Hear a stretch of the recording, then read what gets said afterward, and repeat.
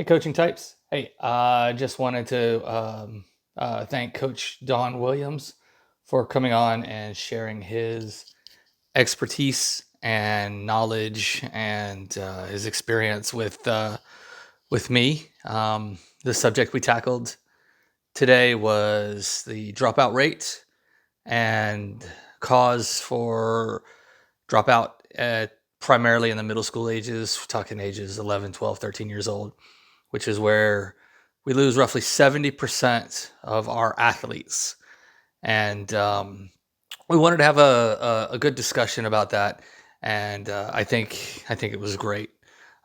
This was my first ever guest on a podcast type thing. So, and I thought it went really great, exceeded my expectations.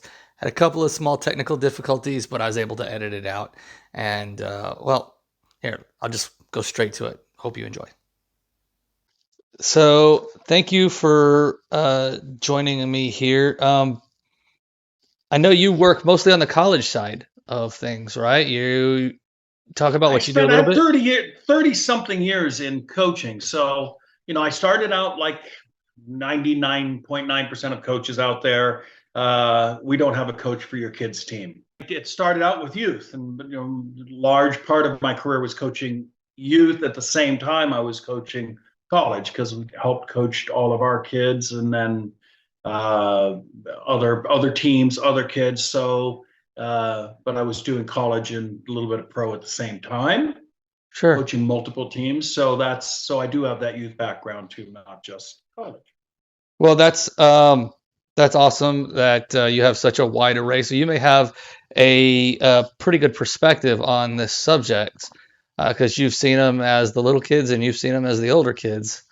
I And think so. I've seen the kids go through that are national team level type kids and play pro and those types of kids on through to the kids who just went through and played in college, and then majority of the kids which never went on to play past high school age. sure. So I did a little research on the subject while I was over the last couple of days, and the resources that I utilized are the Positive Coaching Alliance, Yep, the very good. yeah, the Changing the Game Project. Um, Yep. George Washington University did a study back in 2014. I utilized that. FamilyEducation.com and the Aspen Institute's Project Play.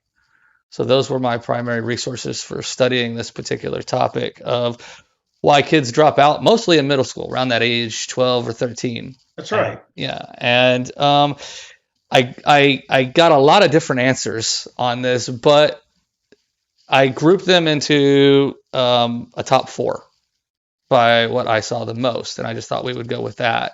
If you wanted to talk about that a little bit too, and so the fourth number four, coming in fourth on all of these was reduced playing time, or there's nowhere for them to play, meaning they're not good enough to make the school or club team, and the recreational options have now become limited for their particular age group.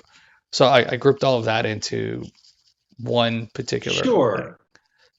And so Sure. And some of that has to do with the. Go ahead, Michael. Sorry. I Go was going to ahead. say, it's my opinion on this that when you start getting older and you're talking about 12, 13, 14, there are limited recreational options because recreation, in my perspective, and I'm talking about things like the YMCA or local recreational leagues, right? Not super competitive, like you're not traveling to San Antonio or Dallas from Houston to play matches, right? Um, it's my opinion on this is that you know the targeting for recreational play is 6 year olds, 7 year olds, and 8 year olds, right? And there's not a whole lot of competitiveness in the YMCA or a whole lot of options out there for kids that are 12, 13, 14. What's your perspective on that? Yeah, well, I mean, if we're talking soccer, I've yet to see a community in the country, including, I live in one of the smallest communities in the country that's an hour and a half from any major populace. It's the second smallest county in the state of California at 20,000. And these kids can play recreationally co-ed all the way up through into high school. And then once they're in high school, they have a recreational co-ed team. And at least here, basically, if any kid who wants to play, they can be on the team. There's just not enough. So you've got small populaces going all the way to Los Angeles, New York, major metro areas, San Francisco. And as far as I know, there are still AYSO recreational leagues available in soccer. Hockey, I understand, right? Limited rink space time. American football, we understand why. Limited space, field equipment, extra equipment time, all of that. It's, baseball had always been, growing up, had always been competitive. As far as once you got into high school, there weren't as many places to play. But soccer was the one place, the one sport where kids could play a team sport recreationally, even if they couldn't hardly walk and chew gum at the same time. Sure. There was still a place for them to play. I know that landscape has changed in the past 20 years because it did not used to exist, Michael. I don't know if you remember the day when there was not a club in the country that didn't have a recreational piece to it. Sure. It started as recreational, then advanced house. So the better of those recreational kids who wanted to play the next town over, so to speak, and then select or traveling, which is what we have the remnants of what we have today, is these travel clubs where that's all. They don't do recreation, really. Sure. They just they start at 14, 15, 16, 17, 18 years old. Their main focus might start at 10 or 12. And then, but it's only competitive travel. They aren't worried about the recreational piece. So I think that piece is a little concerning, but I still don't think we're at the point, I could be wrong, where there's very many communities in the country that a 17-year-old who kind of likes soccer but isn't very good at it can still find a place to play, at least in that sport. I agree with you on that. Let's go on to I can number. see where the report comes out with like it does. Yeah, it makes sense, right? It does. When you take in account all the other sports, limited basketball gyms, limited football fields and equipment, limited ice hockey rinks, etc. So you can see why that report comes out. And I went with sports in general. I didn't go with just soccer. So I went with sports. It would be harder to find the data on just soccer. So number three, coming in at number three, was the increase of other options, expanding the view of life. So this is where it comes in with, for instance, my own son. He dropped out in 8th grade of soccer, and it's because he had taken up piano and theater and violin, and all of these other options had come available to him, and there were only so many hours in the day, and he was trying new things, and he was falling in love with all of these other things. And then there's STEM that comes in, and pre-AP classes in 8th grade, right, that he's trying to get a jump on high school with, and his schedule just got extremely busy. And so he came to me one day and he was like, "Dad, would you mind if I quit soccer?" And I said, well, I'm going to need a pretty good reason because I put a lot of sweat and blood into you, and a lot of heart into you. But he said, "Look, I'm not going to be a pro soccer player. It would have been determined by the time I was 14 if I was going to be a pro soccer player, and I'd be playing for a professional academy or an MLS academy at some point already." And he goes, "In every hour I spend training in soccer is an hour I'm not doing one of these other things." And I said, that's a logical statement. And, so, it's your life. So let's do what you want to do. That was kind of the way I approached it as a dad, to try to encourage him taking his own route and his own direction. So I didn't want to say, "No, you're doing this or else," or whatever, So I love your visceral feeling. I love that the initial visceral reaction that you had is, well, you better have a good excuse, as if our kids couldn't decide on their own. But that's a visceral reaction. It's natural because you're right. A lot of money, time, sweat, blood, tears, everything pouring into it. And it's what you want, by the way, which is normal for parents. I think that's what I was hoping to be able to, you and I get through to parents is, look, it's okay to feel the way you're feeling. That's normal. That's completely understandable. At the end of the day, though, you have to do, I think, what you did, and that's step back. Because we did the same thing with our kids. Well, all three swam competitively at least one season. All three one played basketball, the other two didn't. All three did soccer at least one season, and my daughter did ballet, and the two boys did baseball at least one season, and usually multiple seasons. But there got to this point where the oldest one, who stayed with soccer, he still coaches, Nice. said, "I don't want to do anything else with my life ever. This is all I want to do." And so that's what he does. And then the middle one said, "I want music." Daughter was really into dance. And then I observed all of these hundreds and thousands of kids around me, and it was the same thing. And I think that third reason is probably the number one reason. It's just really hard for kids to tell mom and dad, this thing that you seem to really, really love, I just don't want to do it anymore. Yeah. I'm not as into it as you want me to be into it. And then kids not going to say it that way. We have to read into what our kids say.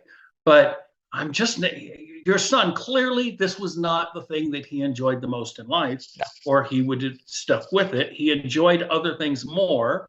And as he said, how many hours in a day are there? And I would rather be playing music, or I would rather be doing art, or I'd rather be studying. I'd rather be doing a lot of things other than soccer, which as a parent, if we grew up playing the sport or we really loved it, it's a little bit hard for the kid to say that, because the kids know.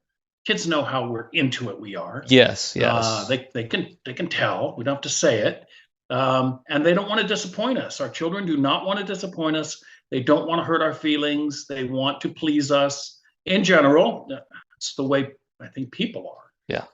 Those that they're closest to, they don't want to hurt and they want to please. And so I just love that story of yours. I think it's very representative of what a lot of the stories would be of kids that ended up dropping. Well, I'm glad. I have my 8-year-old daughter now, and she's playing. She's got a wide variety of things. She's doing piano lessons and guitar lessons, and but she's also playing soccer. And I'm trying to just be dad for her. I don't coach her. If she wants to play in the backyard, I let her play in the backyard with me, with the ball and whatnot. If she doesn't want to, she doesn't want to. I'm not forcing it on her or saying, hey, I need you to go out and, do this for 20 minutes and then do this for another 20 minutes. I'm not doing that. I'm being dad, and I'm letting her make her own choices and her own decisions in this instance. Of course, she's my second child, so I'm probably doing a better job with her. I might have messed the first one up. I don't know, but it's, we'll see. But, coming in at number 2 was they're afraid to make mistakes and they hate the car ride home. I grouped those two together as number 2.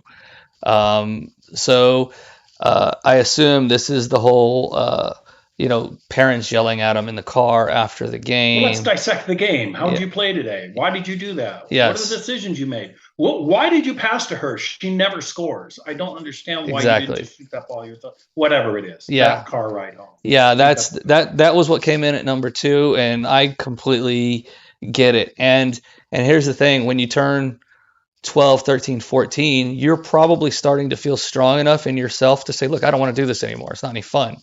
Right. And kind of tell your parents that a little bit, and say it would be great. I wish more kids would do that, Michael. Yeah. I really do.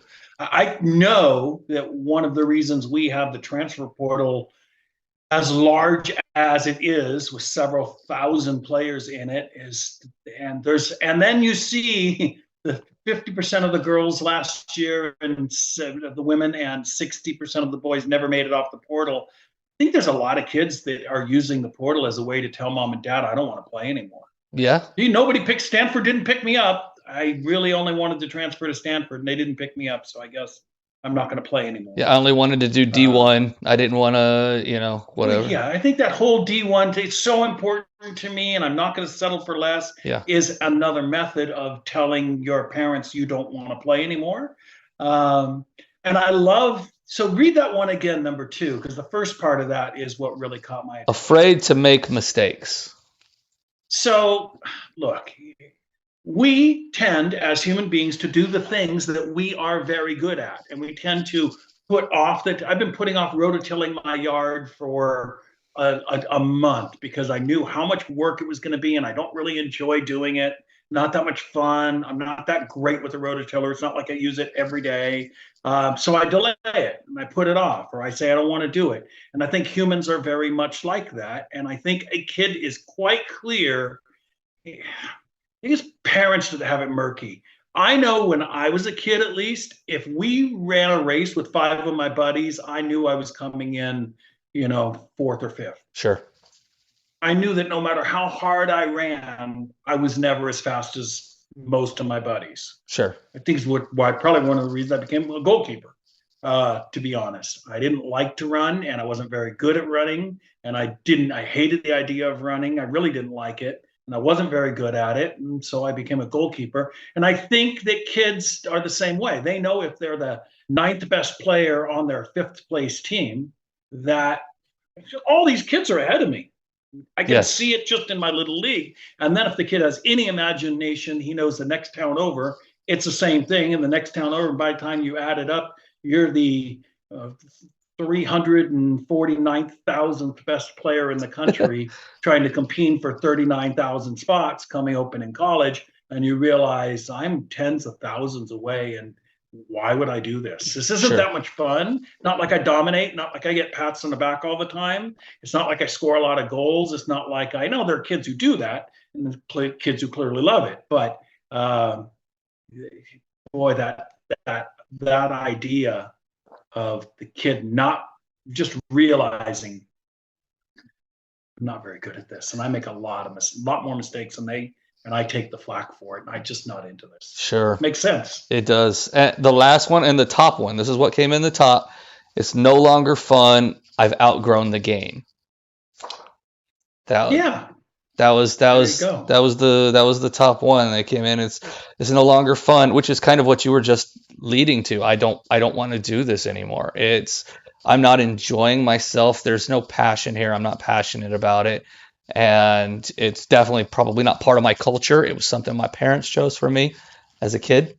Or it was part of my culture for a while, right? Right. It's okay to be excited about something at 5, 6, 7, 8, 9, 10, 11, and then at 12, 13 to go, I'm not into it anymore. Yeah. Do we as adults change and grow in our interests? We do. I think one of the biggest mistakes that adults make in raising their children is forgetting what it was like to be a child themselves. Yeah. Do you think a part of it is, my friends have dropped out of it and they're no longer in it, and now it's not fun for me with all of these other kids that either I don't know, or my best friends who I've been playing with for, half my life or more are no longer in it. They're doing violin, they're doing swimming, they're playing basketball on the junior high basketball team now. They're no longer in it, so I'm not going to do this. I was in it because I got to see my friends every day.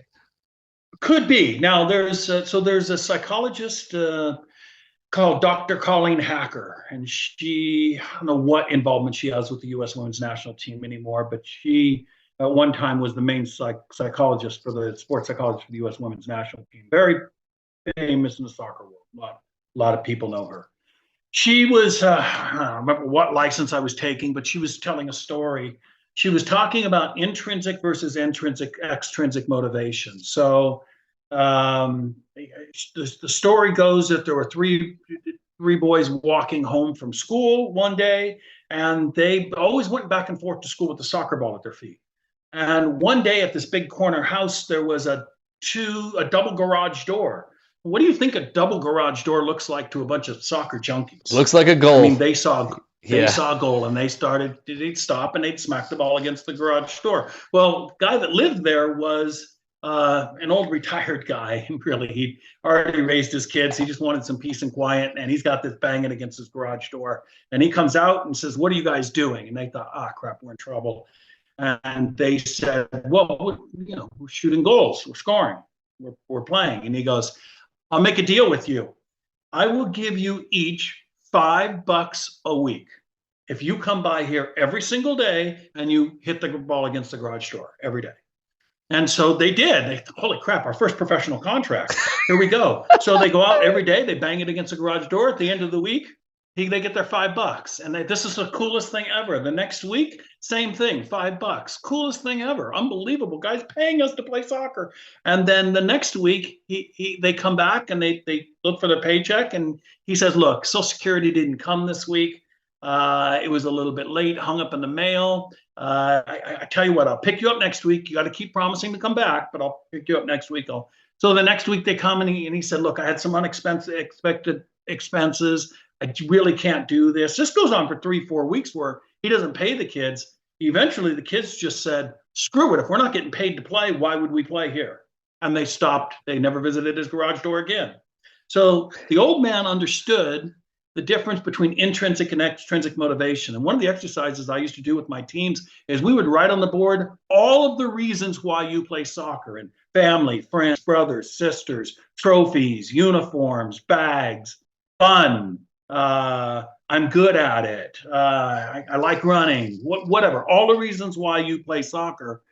And then eliminate all of the ones where if those reasons went away, then you wouldn't play anymore. So in other words, if you were playing for your friends and they quit, likely, what do you want to do then? Yeah. Quit. Right. I was playing for my friends. It was a social time. It was a fun time together. I don't get this team feeling, family feeling anymore from this group. Not what I want to do anymore. Or we didn't win. That's how I came to win the trophies and we didn't win, so I quit. Or geez, I don't like. I like to wear Nike. Now we have to wear it Umbro, and I don't want to wear Umbro. It's gross, and it's nobody wears that or whatever, and I don't want. So you're doing it for all these external reasons. Yes, you would quit logically once you get to that age, as you said, where you can express yourself. You quit. Once you get to that age where you can speak up for yourself. And again, I thoroughly am believing that a lot of kids playing in college have not, and this is not only through my anecdotal stories, but other coaches that I talk to and what they go through with their players, because we talk to hundreds of coaches. And so, we talk about their programs and their kids and what's going on. And we are getting this common story that didn't really exist 25, 30 years ago, that we get these kids just dropping out. Yeah, my starting goalkeeper, All-American, all-conference, says she's not going to play anymore. She's going to go back to Canada, going to go back to play or wherever, right? She doesn't want to play anymore. It's like, wow, that is a long fall from grace. Yep. From I'm dreaming of playing in college and playing professionally to I just don't want to play anymore. Yeah. Yeah. Well, and I think it's all these reasons. I think it's a conglomeration of all of these reasons that we're talking about. I think the idea that we're going to blame it all on the coaches and the system is a chicken-esque cop-out. Yeah, no, and I agree. There are some very good middle school, high school coaches out there, youth coaches that are generally pretty good at, I'm not saying all of them, right? But I've been in the coaching community for a long time now, and the majority of the coaches I meet have good intentions, and they want to do. They're there for the kids. I mean, very few of us are making a whole lot of money at this, right? And so most of us, I like to think, are there. The guys I stand with opposite on the sideline week in and week out are generally pretty good guys, and women, I might say men and women, are there to do the right things, and because they're passionate about teaching kids and trying to groom good human beings, not just good athletes and good soccer players, but good human beings. So that's the list. I think you're right. I think, okay, there's horrible coaches out there, but there are horrible doctors out there. Yes. There are horrible lawyers out there. There are horrible human beings out there. Some of them happen to coach sports. Yes. But I think by nature of the beast, which is I am going to, for virtually, everybody talks about, coaches are doing this for all the money, all the youth coaches. Dude, they add up the hours. They are making McDonald's money. Yes. Add up the hours and they are making McDonald's, if not less, depending on what city you're working in McDonald's. But it's not, no coach is doing this for the money. The club owners, okay, great, I understand. Yeah. That's a money, it's a business. what it is. But the DOCs, they have to have a job. They've usually earned it. Usually they are higher licensed, higher educated, higher experienced people. Sure. You have to pay for that. Yes. That comes with a price tag. But the coaches aren't doing this for the money. They would rather do. They could make more money doing other things, but they would rather do soccer. Sure. This is what they want to do. So, and I think when people walk into it with that, Michael, I don't think most of them have bad intentions. I think most of them have good intentions. I think the complaints come from parents who didn't get their way with their children. That's where most of the complaints are coming. Sure. They didn't get what they wanted. So now they're going to complain because they didn't get what they wanted. Well, that's really the whole subject matter. We've reached pretty much the end of my list. Do you have anything that you wanted to add to it as far as your perspective on it or your ideas? So now this is just coming. I'll leave it with this for myself, I think, unless you want to comment more on this. But I'm going to encourage parents out there to please maintain open dialogues with your kids so that you recognize when your kids aren't enjoying what they're doing anymore, and to try to keep an open mind and understand that this is their one shot at being a kid. Yeah. And that, as important as it feels to you and the family at that, and what your kids feel and want is more important. And if you're doing a good job of raising fantastic human beings, your kids are going to land on your feet no matter whether they play a sport or whether they play an instrument or whether they draw or whether they dance or whatever else things that they are into. Sure. But it's that open communication and constant checking in on your kids and observing. You can tell if your kid suddenly leaves their cleats at home 4 out of 5 practices, they are subconsciously telling you something. Right. Yeah. It's coming out of nowhere. It's like, what the heck? You've always gotten your stuff before. Yeah, I know. I'm just so busy. Well, that means that other things are taking priority over soccer, which is okay. Maybe they should take priority over soccer. Sure. Maybe that should be the direction that your kid's going in. So I think we can save ourselves as parents a lot of heartache if we pay attention to and listen to our kids as they talk about playing or not playing sports. Well, that is an excellent point. Mr. Williams, thank you so much for coming on, being my first guest ever. Please call me Don, Michael. Okay. We know each other well enough now. You can call me Don. Don, thank you so much for coming on the show. First guest ever. I have no idea what I'm doing with this, so I'm just winging this whole thing.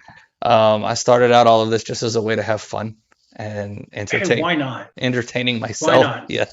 So I appreciate. And I'll say, if people have any other questions, Michael, Sure. for me, so they can get a hold of me through Sports Recruiting USA. srusasoccer.com is our website, and then they can catch me on Twitter. I'm at Don_K_Williams. It's probably where I spend most of my social media time discussing this game that we love. Excellent. Thank you so much for coming on. I appreciate you, and best of luck to you. And happy Father's Day. Happy Father's Day to you. Hey, thanks, Michael. You too. All right. Yeah, thank you. Appreciate it. Take care, sir. Mr. Don. Don, take care, Don. Thanks, Michael. Take care, buddy. Bye. Talk to you later.